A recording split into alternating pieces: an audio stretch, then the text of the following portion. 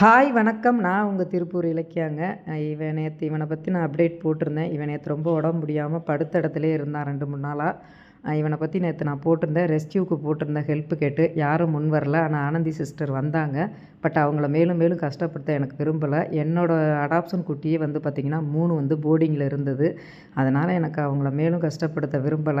அப்புறமா நான் ஒரு டாக்டர்கிட்ட கேட்டேன். அவங்க வந்து சாப்பாடு வச்சு பாருங்கம்மா, சாப்பாடு இல்லாமல் கூட அப்படி இருக்குன்னாங்க. அதே மாதிரி நேற்று 1/2 லிட்டர் பால் வாங்கிட்டு போய் நான் ஒருத்தனுக்கே 1/2 லிட்டர் பாலும் 4 பிஸ்கட் பாக்கெட்டும் போட்டேன்.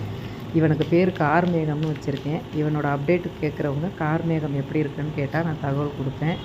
இப்போ வந்து இவன் பரவாயில்ல, ஃபுட்டு எடுத்துக்கிறான். நைட்டு வந்து நான் ரெகுலராக வைக்கிற நாய்க்குட்டிகளுக்கு சாப்பாடு வைக்கும்போது இவனுக்கும் சிக்கன் சாப்பாடு வச்சேன். நல்லா சாப்பிட்டான்.